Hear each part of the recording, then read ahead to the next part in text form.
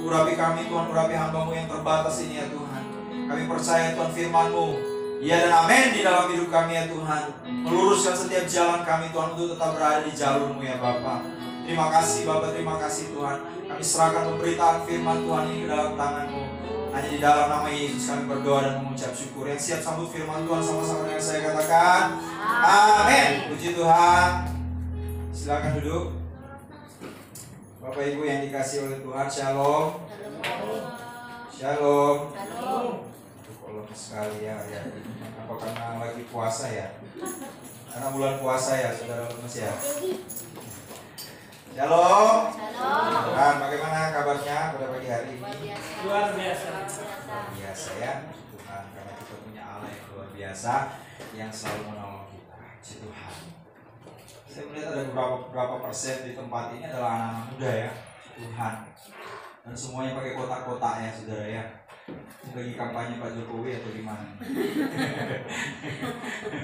Ya, puji Tuhan, anak muda itu harus semangat ya, puji Tuhan ya. Orang Ambon bilang jangan lepe-lepe, ya, harus kuat, jangan loyo-loyo kalau orang Manado bilang ya, puji Tuhan. Ya, apalagi kalau orang Lamongan ya, jangan loyo-loyo ya.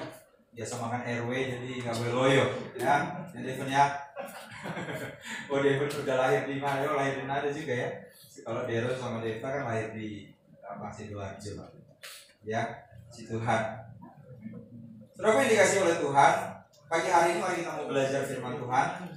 Mari kita buka di dalam Amos pasal yang kelima,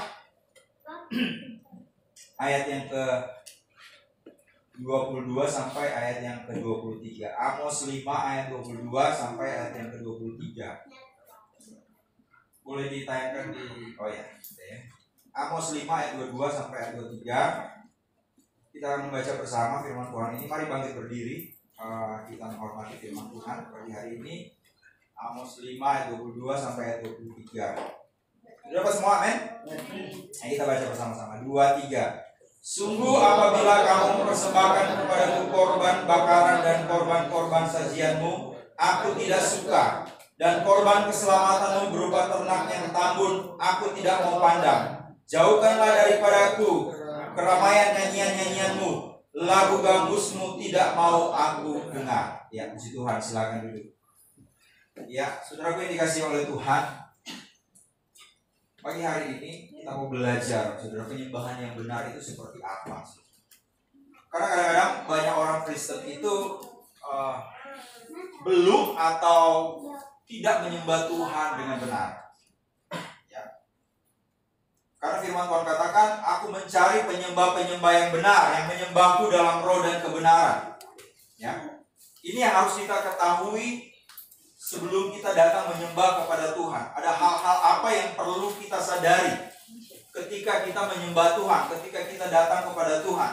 Penyembahan itu bukan sekedar nyanyian, ya, yang hanya sekedar dinyanyikan, bukan sekedar pujian yang hanya saudara tahu saja untuk menyanyikan.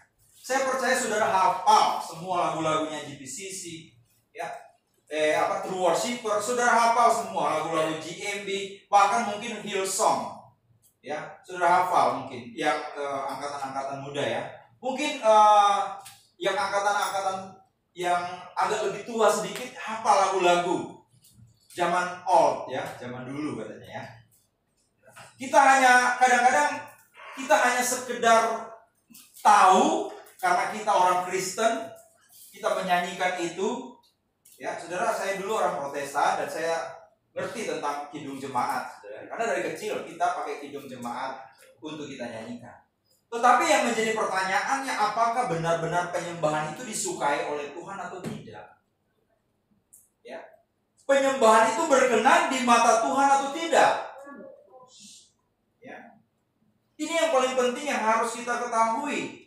Ternyata kalau kita membaca di dalam Amos 5 ayat 23 sampai ayat 24, ayat 22 sampai ayat 23 pada pagi hari ini, firman Tuhan mengatakan bahwa ibadah Israel dibenci oleh Tuhan. Mereka datang menyembah Tuhan, tetapi Tuhan membenci dan menolak apa yang mereka lakukan di dalam penyembahan mereka.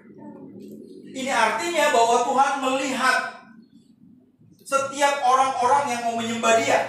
Amin. Amin.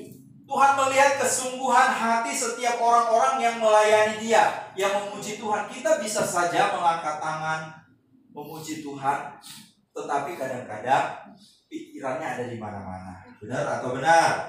Benar. Ya, ibu-ibu menyembah Tuhan, tapi pikirannya, aduh aku udah angkat syukuran dulu, kompornya udah tak matikan dulu. Ya. Bapak-bapak menyembah Tuhan, kadang-kadang benar ada di sini menyembah Tuhan, tapi pikirannya juga bisa di tempat yang lain. Ya, mungkin ada di pekerjaan. Ya, mungkin kemarin hari Sabtu habis dimarahi bos, kebawa-bawa sampai di gereja. Ya, kepikiran terus, kekhawatiran. Akhirnya apa? Hati ini nggak bisa connect sama Tuhan, benar nggak? Kalau kita memikirkan sesuatu, kita bekerja pasti itu ke bawah, benar nggak? Karena kita nggak fokus untuk menyembah Tuhan. Dalam pekerjaan pun seperti itu ya. Kalau kita nggak fokus, kita bawa masalah dari rumah, saudara bawa di kantor, pasti kerjaannya nggak akan beres. Begitu juga dengan Tuhan. Ketika kita bawa hati yang tidak beres, sesuatu yang berbau asing di hadapan Tuhan, api yang asing, firman Tuhan katakan, bukan penyembahan yang sesungguhnya, bukan korban yang sesungguhnya. Di situ Allah menolak segala persembahan kita, penyembahan kita yang kita bawa kepada Tuhan. Lalu pertanyaannya, hari-hari ini apakah kita benar-benar menyembah Tuhan itu keluar dari hati kita? Keluar dari kerinduan kita untuk bertemu dengan Allah, bertemu di dalam hadiratnya Tuhan, merasakan jamahan kuasa kasih-Nya. Itulah tidak heran banyak orang yang tidak rasa apa-apa. Yang lain sudah disentuh oleh Tuhan, ya, dia masih saja tengok kiri, tengok kanan dengan wajah yang tegang, ya, menyembah Tuhan. Ya, akhirnya pulang tidak dapat apa-apa. Karena hatinya tidak bisa connect kepada Tuhan, tidak bisa tersambung dengan Tuhan. Hatinya tidak bisa terjangkau, menjangkau hadirat Tuhan itu sendiri, saudara. Hadirat Tuhan itu mau hadir bagi setiap orang-orang yang mau menyembah Dia. Menyembah Dia di dalam roh dan kebenaran. Disitulah momen di mana kita itu dijamah oleh Tuhan. Momen di mana kita ini kemudian menerima lawatan Tuhan di dalam kehidupan kita. Sehingga apa? Ada damai sejahtera turun atas hidup kita. Saudara nggak perlu nangis dibuat-buat. Saudara akan disentuh oleh kuasa Roh Kudus dan saudara akan nangis sejadi-jadinya. Karena saudara merasa, Tuhan, ini saya orang berdosa, tetapi oleh karena kasih karunia-Mu Engkau sudah menyelamatkan. Kita bertemu Tuhan di dalam ibadah, amin. Ya, kita bertemu Tuhan di dalam ibadah. Dan itulah yang saat dimana kita merasakan ingin terus berada di hadirat Tuhan. Sampai kita pulang di rumah, kita ingin memuji Tuhan. Kita ingin menyembah Tuhan. Ya. Ini yang Tuhan mau di dalam kehidupan kita. Saudara, firman Tuhan pada saat ini mengingatkan kita supaya kita sadar akan penyembahan kita, supaya kita sadar bagaimana hati kita ketika kita datang kepada Tuhan. Saya mau bahas pada pagi hari ini, saudara, apa saja sih hal-hal yang menghambat penyembahan yang benar, menghambat kita untuk connect dengan Tuhan, hati kita ini connect dengan Tuhan. Ini kadang-kadang menjadi rutinitas yang dilakukan oleh, mohon maaf, oleh gereja-gereja Tuhan pada hari-hari ini. Yang pertama, saudara, kadang-kadang gereja-gereja melakukan kegiatan-kegiatan yang kelihatannya religius, namun tidak ada kaitannya dengan kerohanian. Ingat ya, yang kelihatannya religius, yang kelihatannya rohani, padahal rohani. Ya, tidak ada kaitannya dengan kerohanian. Banyak dari mereka melakukan aktivitas penyembahan yang sama sekali tidak ada hubungannya dengan kerohanian. Dan ingat bahwa Tuhan tahu setiap hati orang yang datang kepada Dia. Kita tidak bisa bersandiwara menangis. Kita tidak bisa bersandiwara kelihatan memuji Tuhan. Ya, tidak bisa. Mungkin manusia bisa lihat, aduh dia disentuh oleh Tuhan ya. Dia bisa menangis. Ya, dia bisa ketika puji-pujian sukacita dia lompat-lompat. Tetapi ingat, bukan manusia yang memberikan penilaian, karena Tuhan yang memberikan penilaian. Nah, banyak kali gereja Tuhan, anak-anak Tuhan terjebak di dalam aktivitas-aktivitas seperti ini, saudara ya. Kelihatannya religius, tapi tidak ada sangkut pautnya dengan kerohanian. Mereka antusias hanya kepada musik, ya, seolah-olah musik itu menentukan adanya hadirat Tuhan itu bisa turun di tengah-tengah ibadah. Jadi yang menjadi fokus mereka adalah musik, ya, yang menjadi fokus itu musik.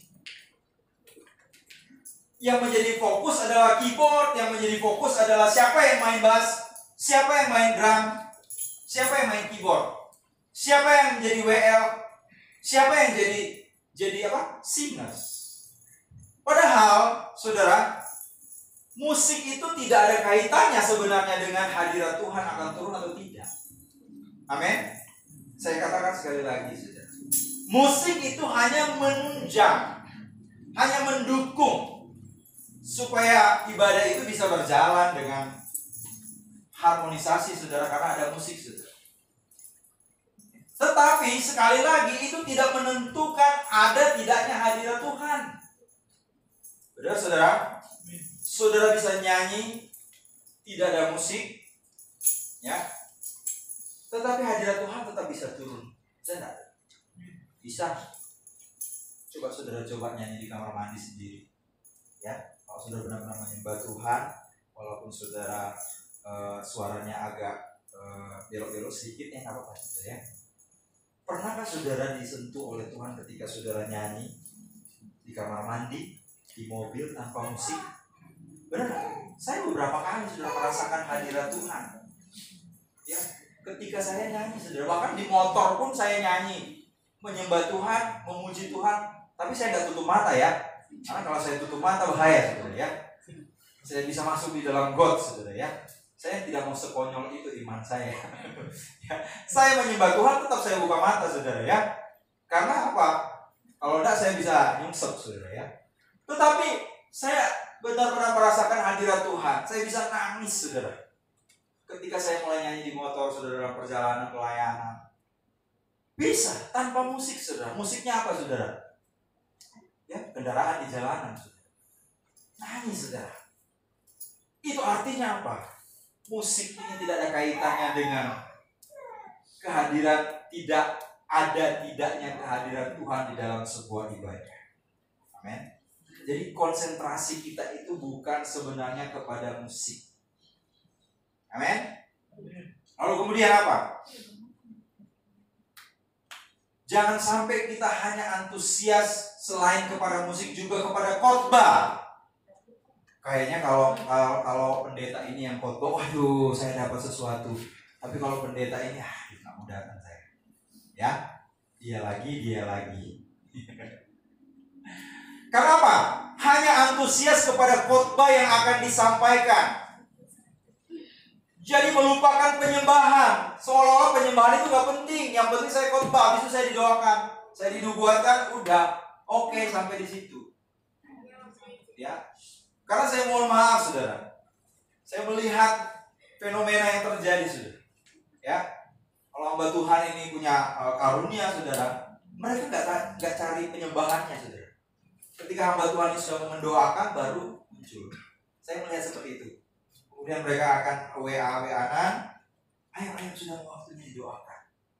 Ya, nggak ikut ibadah dari awal, tapi ketika khotbah dan mau didoakan, hadir. Nah ini, saudara, ya. Datang paling telat, pulang paling awal. Nah, didoakan pulang. Ini yang terjadi, saudara. Ya, ini yang terjadi, saudara, hari-hari ini, saudara. Kita tidak perlu malu mengakuinya kalau itu kita, saudara. Ya, lebih baik daripada kita kemudian tidak menyadari. Ya, kalau bagi saya, kalau itu saya juga akan minta ampun sama Tuhan. Ampuni saya Tuhan, itu termasuk saya. Ya. Sudah dikasih oleh Tuhan hanya antusias kepada khotbah. Selain kepada musik, hanya antusias kepada khotbah, dan siapa yang berkhotbah? Oh, kalau pendeta terkenal, oh, gereja penuh. Ini kenyataan, saudara. Karena saya pernah dikasih tahu seorang yang punya persekutuan, saudara. Pak Nando, kalau pendeta yang punya karunia, ini penuh tempatnya. Tapi kalau pendeta yang nggak punya karunia, yang datang cuma sedikit. Ya, jadi tempatnya nggak penuh. Oh, begitu ya. Jangan dibiasakan, Pak. Ya. Kalau sebenarnya kalau mau datang bukan karena lihat siapa yang khotbah. Amin. Mau mendengar suara Tuhan, fokusnya itu kepada Tuhan, bukan kepada khotbah. Artinya kalau kita antusias hanya kepada khotbah, hanya kepada musik, maka kita sedang ada di penyembahan yang salah, dan Tuhan tidak berkenan kepada penyembahan seperti apa yang bangsa Israel lakukan. Tuhan membenci penyembahan mereka, ibadah mereka, karena mereka hanya antusias kepada hal-hal yang di luar Tuhan. Kelihatannya religius, datang ke gereja, tetapi ternyata fokus mereka kepada hal-hal yang lain. Ya, anak muda juga belajar. Jangan sampai karena yang diundang adalah artis, datang semua. Ya, siapa pembicaranya? Artis ibu kota, ya, penyanyi, ya, full bangunan itu yang dibuat tempat ibadah. Ya, jangan sampai terjebak di dalam hal-hal ini, saudara, ya. Itu artinya apa, saudara? Sedang cuman entertainment saja yang dicari, hiburan yang dicari. Ya, datang beribadah bukan hiburan yang dicari, bukan karena megahnya panggung yang ada, luar biasanya pendeta yang berkhotbah, musiknya begitu luar biasa, ya. Semua yang melayani begitu luar biasa, suara mereka luar biasa. Sampai terkagum-kagum. Ya, kita bukan kagum lagi sama Tuhan, sudah kagum sama pemain musik. Ya. Sudah kagum terhadap yang WL, sudah kagum terhadap yang khotbah. Ya, kekaguman seperti ini tidak disukai oleh Tuhan. Mestinya kita itu kagum hanya kepada Tuhan, amin. Bukan kepada musik, bukan kepada khotbah. Apalagi saudara, acara-acara gerejawi, hanya antusias kepada acara-acara gerejawi. Apa itu? Natal. Biasanya apa? Penuh nggak kalau Natal? Kalau Pasca? Penuh nggak? Ya. Habis itu? Ya. Seperti gelombang tsunami yang begitu cepat datang dan begitu cepat kembali ke lautan. Tsunami kan cepat, ya. Ya, balik lagi. Ya. Saudara ini dikasih oleh Tuhan, jangan sampai hanya gara-gara acara gerejawi kita antusias untuk datang menyembah Tuhan. Kita datang dengan begitu penampilan yang begitu luar biasa. Kita kemudian berbondong-bondong karena ada acara yang penting, ada artis yang diundang, ada pendeta terkenal yang datang, ada bagi-bagi sembako, ada bagi-bagi minyak curah yang gratis. Nah, itu lagi bagi-bagi minyak curah di desa kami, ya. Itu desa kami. Sudah di desa tempat tinggal kami, ya. Di Sidoda di sana, ya. Ada bagi-bagi minyak curah.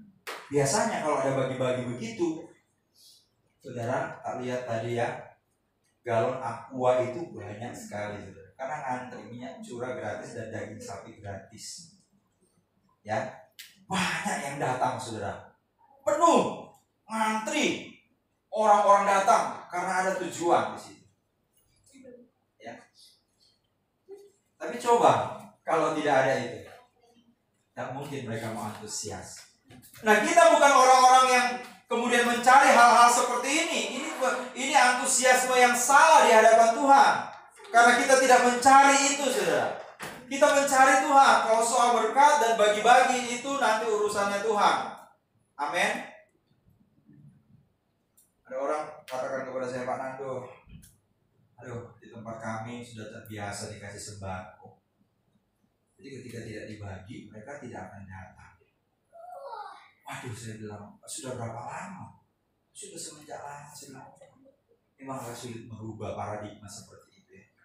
Saya bilang harus tegas ya, mulai sekarang. Bukan karena kita tidak sayang kepada mereka, tetapi kita sayang kepada mereka, jiwa mereka ya. Jangan sampai jiwa mereka itu ada di gereja tapi sebenarnya sudah terhilang. Karena apa? Mereka hanya datang karena ada sembako, DLL dan lain-lain. Dan akhirnya dia menerapkan itu. Saya tanya, berapa yang datang? Memang sedikit yang datang, tapi saya sukacita. Karena apa? Orang yang datang itu sungguh-sungguh. Saya bilang betul, lanjutkan. Nanti sembakonya kasih ke kita. Ya.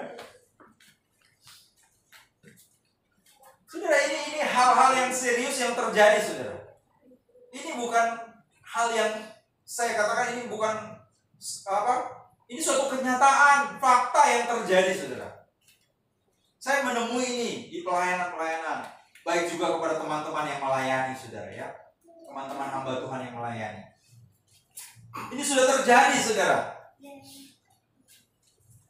Dan ketika kita mulai antusias dengan musik, kita mulai antusias dengan khotbah, kita mulai antusias dengan hanya acara-acara gerejawi, akhirnya apa?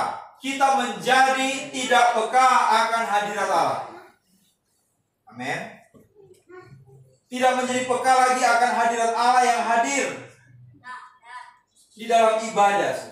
Karena apa? Ada tujuan-tujuan terselubung. Ada tujuan-tujuan tertentu. Ketika datang menyembah kepada Tuhan, kita tidak lagi menjadi pribadi yang murni. Kita tidak lagi menjadi pribadi yang benar-benar sungguh-sungguh hanya datang untuk menyenangkan Tuhan. Tetapi sudah ada hal-hal yang lain, sudah ada motivasi-motivasi yang lain. Bisa jadi seseorang datang di gereja hanya untuk bertemu dengan rekanan bisnisnya, ada janjian, tetapi dia tidak benar-benar datang kepada Tuhan, menyembah Tuhan. Bisa jadi seseorang datang kepada Tuhan hanya gara-gara hal-hal tertentu, hanya untuk supaya doanya bisa dijawab, ya. Sakit penyakitnya itu bisa sembuh, tanahnya supaya laku, mobilnya supaya laku, supaya dapat jodoh, supaya dapat pacar. Dipikir Tuhan itu dukun apa? Ya, Tuhan itu bukan dukun. Saudara ya. Banyak, saudara, yang terjadi hal-hal seperti ini. Dan akhirnya apa? Menjadikan orang-orang yang ada di dalam ibadah ketika mereka punya tujuan-tujuan tertentu, ada kepalsuan di situ. Ada kepalsuan di situ. Dan ketika ibadah itu sudah disusupi oleh motivasi-motivasi atau kepalsuan-kepalsuan, ibadah itu tidak lagi menjadi ibadah yang murni. Karena firman Tuhan katakan, persembahkanlah sesuatu yang tidak bercacat celah, yang berkenan kepada Tuhan. Bagaimana manusia mau berkenan kepada Tuhan kalau ada sesuatu yang palsu yang dia bawa di dalam dirinya? Ada sesuatu yang kemudian sudah disusupi oleh motivasi-motivasi yang salah. Kita tidak lagi menjadi berkenan kepada Tuhan. Kita tidak lagi merasakan hadirat Tuhan. Kita tidak lagi peka terhadap jamahan Tuhan yang akan terjadi di dalam kehidupan kita.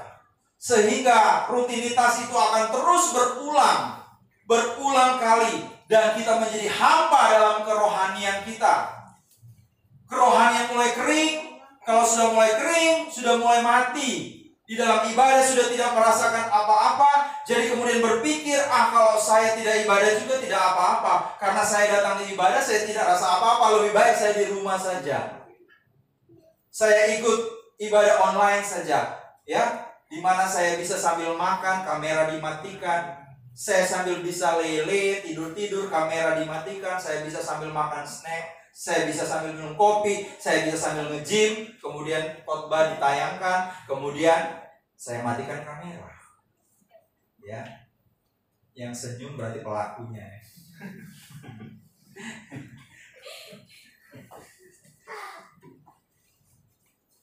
Ini yang terjadi terjadi hari-hari ini, saudara. Jangan sampai, saudara, karena ibadah online sekian lama itu menjadikan kita itu sudah terbiasa dengan itu. Akhirnya apa? Kerohanian kita mulai mengalami penurunan. Kerohanian kita mulai mengalami yang namanya kematian. Saudara, yang kedua, jangan datang kepada Tuhan dengan formalitas yang hampa, hanya formalitas saja, hanya setor muka saja, saudara. Ya, yang penting kelihatan hadir. Tetapi sebenarnya jiwa, tubuh boleh ada di sini. Jiwa dan rohnya entah gentayangan kemana-mana. Ya, itu ada artinya ibadah kita adalah formalitas yang hampa, yang hanya sekedar datang, yang hanya setor muka. Ini saya sudah datang, Tuhan, saya orang Kristen. Dilihat oleh Bapak Gembala, saya sudah datang. Yang penting saya di checklist hadir di dalam ibadah. Persoalan saya mau sungguh-sungguh, itu persoalan saya dengan Tuhan. Hanya sekedar formalitas saja, saudara. Nah, ini, saudara. Karena orang-orang sekarang mau sesuatu yang instan, sesuatu yang hanya formalitas. Mau urus SIM, maunya formalitas saja, kemudian SIM keluar. Enggak? Segala sesuatu serba instan, kopi instan, semuanya instan. Ya, semuanya instan. Pacaran pun instan, anak-anak muda ya. Instan. Cuma ketemu di aplikasi saja sudah bilang jatuh cinta sungguh-sungguh. Padahal hanya ketemu di aplikasi. Iyalah, hidup dan matiku. Ya, kalau orang tua suruh, nggak pernah mau dengar. Kalau pacar yang suruh, terbang. Ya, setama.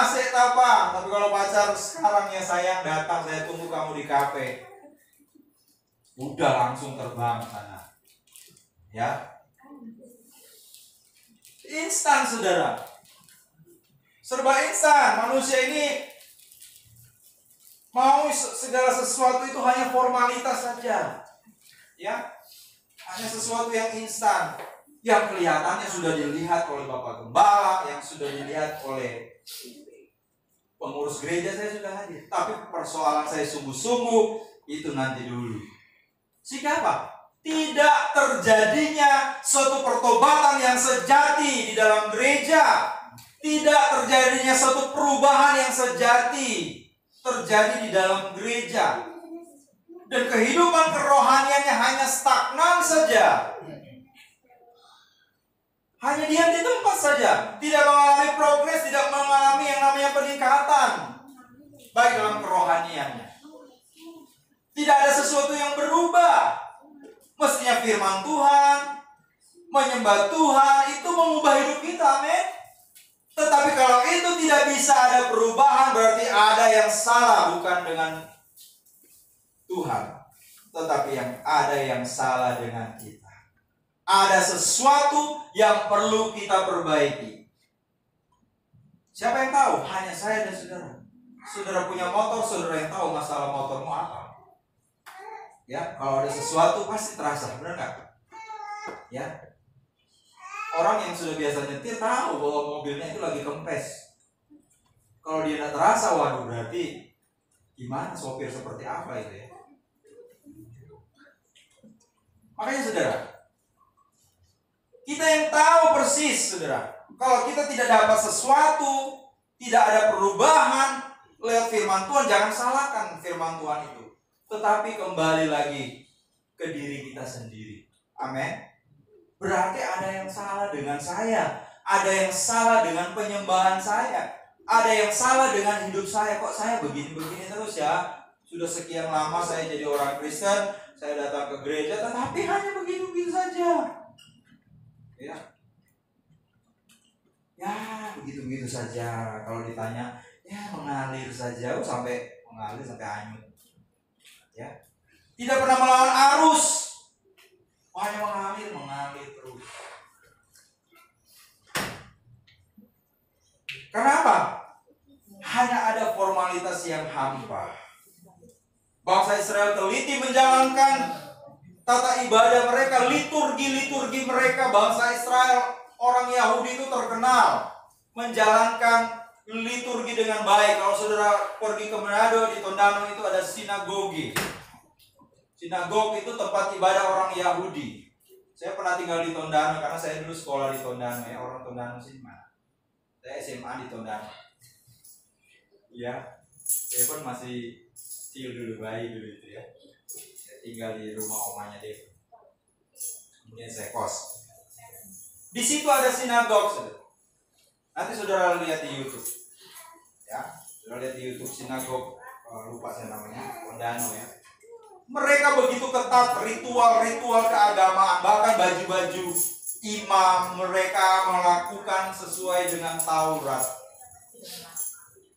Penyembahannya, puji-pujiannya, saudara, korban yang mereka persembahkan, ya.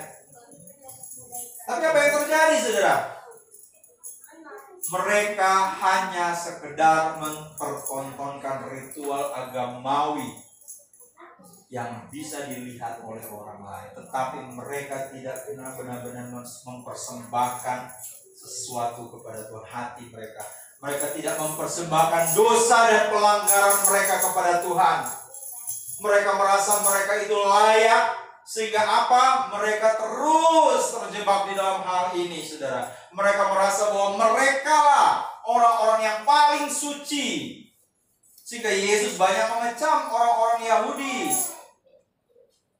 mengecam orang-orang Farisi yang begitu ketat melakukan ritual agamawi, tetapi mereka tidak melakukan firman Tuhan. Hidup mereka hanya begitu saja. Istilah ini, saudara. Mereka benar ke gereja, tapi masih judi jalan terus. Rajin ke gereja, nyabung ayam jalan terus. Benar, saudara? Bohong jalan terus, tapi paling rajin ke gereja. Ikut apa? FA, ikut konsel, apa lagi?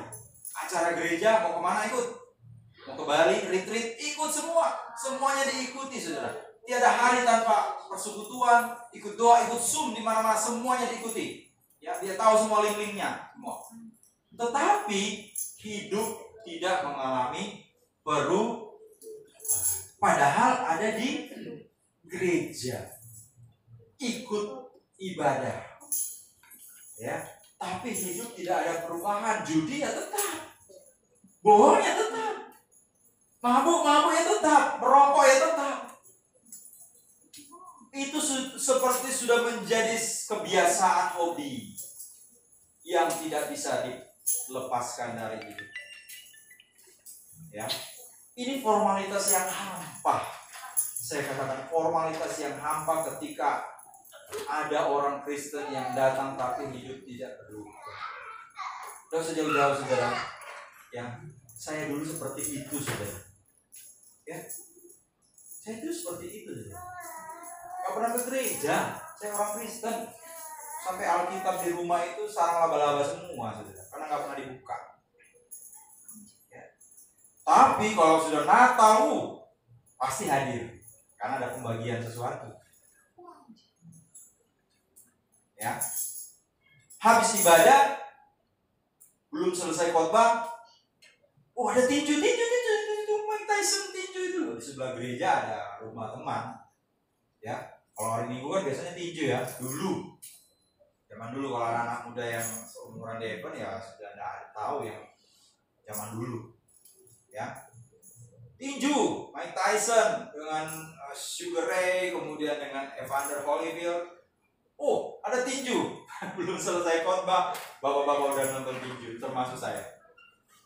Ya, pulang ibadah, makan dulu, habis makan ganti baju, ambil ayam, nyabung ayam, judi. Habis dari gereja. Setiap minggu ke gereja, betul. Ibadah kolom, kalau di Manado ibadah kolom karena saya orang Protestan. Ya. Melayani sebagai penatua. Tapi apa? Rokok jalan terus, minum jalan terus, jadi dewa mabuk terus. Ya.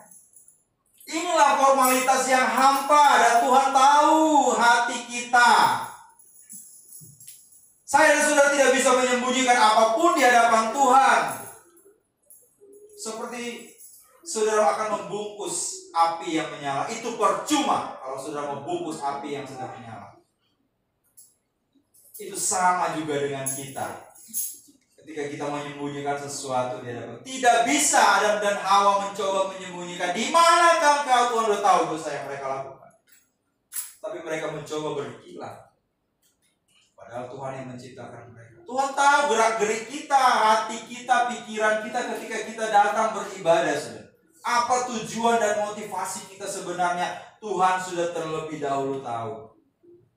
Jadi percuma kalau kita menyembunyikan di hadapan Tuhan. Jangan sampai ibadah kita ini hanya formalitas-formalitas yang hampa. Ya. Kalau berbicara tentang hampa, bahwa sesuatu itu tidak ada gunanya atau sesuatu itu adalah sia-sia ketika kita datang beribadah hanya karena formalitas. Ya. Jangan datang hanya karena formalitas. Saya harus memberitahu ini saudara, ya, supaya kita sadar, saudara. Ya. Siapa suruh saudara mengundang saya? Ya. Harus kasih tahu ini sebagai suatu awasan bagi kita semua, supaya hati kita ini benar-benar dipersembahkan kepada Tuhan. Korban apa yang Tuhan mau? Yaitu korban dari kesadaran kita. Korban di mana kita ini tertunduk di hadapan Tuhan. Saya ini manusia berdosa, saya perlu Tuhan di dalam hidup saya. Itulah sebabnya saya mencari Tuhan. Hanya Tuhan, hanya Tuhan. Fokus saya hanya Tuhan. Saya mau merasakan hadirat Tuhan di dalam hidup saya, yang mengubahkan seluruh hidup saya. Soal musik, soal siapa yang khotbah, itu urusan yang lain. Tujuan saya ini hanya tertuju kepada Tuhan. Disitulah hadirat Tuhan turun dan menyentuh setiap kehidupan. Karena itu yang Tuhan mau. Persembahan yang berbau harum di hadapan Tuhan. Ya, kita persembahkan di hadapan Tuhan. Amin. Terakhir saudara, yang ketiga,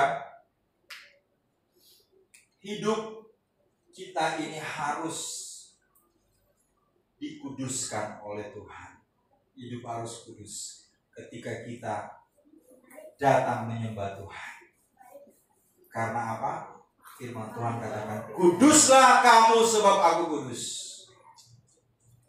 Kalau kita datang tanpa kekudusan, seseorang pun tidak bisa melihat Allah. Itu firman Tuhan katakan. Tanpa kekudusan, seorang pun tidak bisa melihat Allah. Makanya kenapa kita diselamatkan oleh Tuhan? Supaya kita dikuduskan oleh Tuhan. Supaya engkau beroleh jalan masuk kepada keselamatan itu. Yesus menjadi perantara sebagai korban darah anak domba Allah, supaya engkau dikuduskan. Engkau yang punya dosa merah seperti apa? Kain kesumba. Atau merah seperti apa?